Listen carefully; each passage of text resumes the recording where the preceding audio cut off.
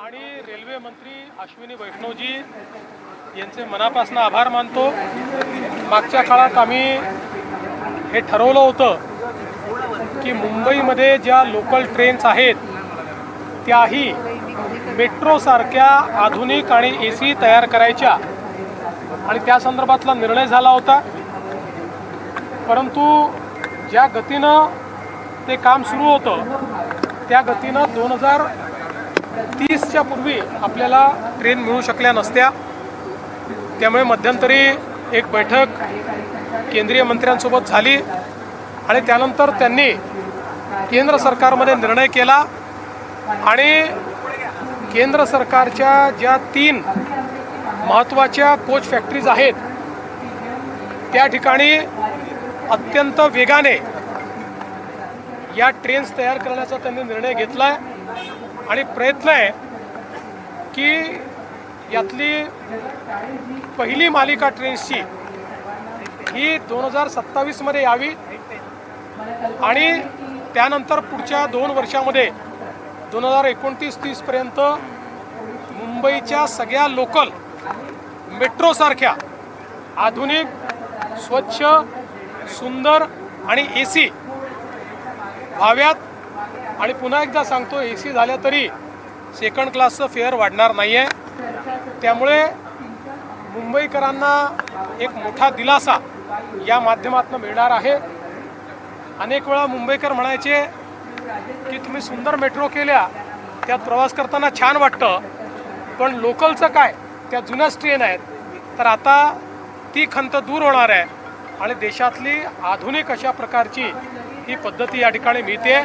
मी मोदीजींचे आणि अश्विनी वैष्णवजींचे मनापासून आभार मानतो। हमारे देश के प्रधानमंत्री माननीय नरेंद्र मोदी जी और रेलवे मंत्री अश्विनी वैष्णव जी, इनका मैं आभार व्यक्त करता हूं। पिछले समय हमने तय किया था कि मुंबई की लोकल ट्रेन सबअर्बन रेलवे, इसमें जो हमारी ट्रेन से जो हमारे कोचेस हैं उसको हम आधुनिक बनाएंगे, मेट्रो की तरह एकदम अच्छे, साफ सुथरे, आधुनिक और AC कोचेस ये मुंबई की हमारे रेलवे को, सबअर्बन रेलवे को भी मिलने चाहिए। उस सिलसिले में निर्णय किया गया, किंतु उसमें समय लग रहा था।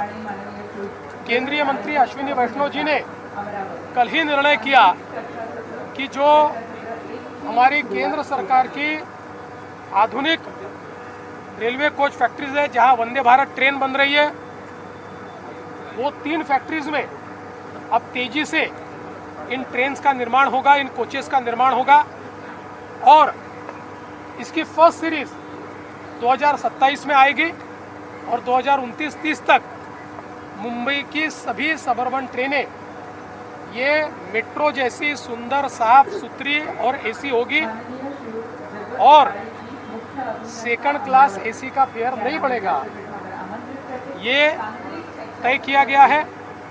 और इस घोषणा के लिए मैं हमारे मंत्री जी का बहुत बहुत आभार व्यक्त करता हूं। संसद सत्र हंगामे की भेंट चढ़ गया, कैसे देखते हैं पूरा संसद सत्र इस बार हंगामे की भेंट चढ़ गया है? शिवन जी कैसे देखते हैं? संसद सत्र हंगामे की भेंट चढ़ विरोधी पक्षामध्ये संसद फेस करायची हिंमत नाही। हे पळपुटे लोक आहेत, भगोडे आहेत। चर्चेची जागा संसद आहे, चर्चेची जागा चौक नाही। जर भारतरत्न डॉक्टर बाबासाहेब आंबेडकरांच्या संविधानावर तुमचा विश्वास असेल तर हिम्मत दाखवा आणि संसदेत चर्चा करा। तुमच्यात हिम्मत नाही आहे। पहिल्यांदा त्यांनी बहाणा बनवला, अमित भाई येत नाही आहेत, अमित भाईंनी पत्र दिलं, तुम्ही चर्चेला या, मी उत्तर द्यायला तयार आहे। मग यांना तोंड दाखवायला जागा राहिली नाही, तोंड काळं झालं, तर संसदेतनं तोंड लपवून पळालेले भगोडे आहेत। यांना लोकशाही मान्य नहीं, ये लोकशाही विरोधी है। संसद सत्र हंगामे विपक्ष भगोड़ा है, ये चर्चा से भाग रहा है, ये संविधान दिखाते हैं। संविधान में डेमोक्रेसी का सबसे बड़ा फोरम ये लोकसभा है और सबसे बड़ा आयुध ये लोकसभा की चर्चा है। लेकिन ये लगातार चर्चा से डरते हैं, क्योंकि इनको पता है चर्चा होगी तो इनका दोगला चेहरा भी बाहर आएगा, चर्चा होगी तो झारखंड में भी सवाल आएंगे और उस पर उनकी चुप्पी, उसका भी जवाब देना पड़ेगा। चर्चा आएगी तो उन्होंने क्या किया इसके ऊपर भी जवाबदेही बनेगी, इसलिए चर्चा से भागने का काम उन्होंने किया। पहले तो बहाना बनाया कि अमित भाई जवाब नहीं दे रहे इसलिए हम चर्चा नहीं चाहते। अमित भाई ने तो राइटिंग में बता दिया कि मैं जवाब देने को तैयार हूँ, तो भगोड़े भाग गए, सामना करने को तैयार नहीं है। ये संविधान को अपमानित करते हैं। इनको युवाओं से लेना देना नहीं है, शिक्षा से लेना देना नहीं है। इनको केवल हंगामा खड़ा करना है, केवल टीवी पर दिखना है, केवल विरोध करना है। इसलिए मुझे ऐसा लगता है कि इससे बड़ा भगोड़ा विपक्ष मैंने देखा नहीं। राज ठाकरेंनी मुलाकात घ्या।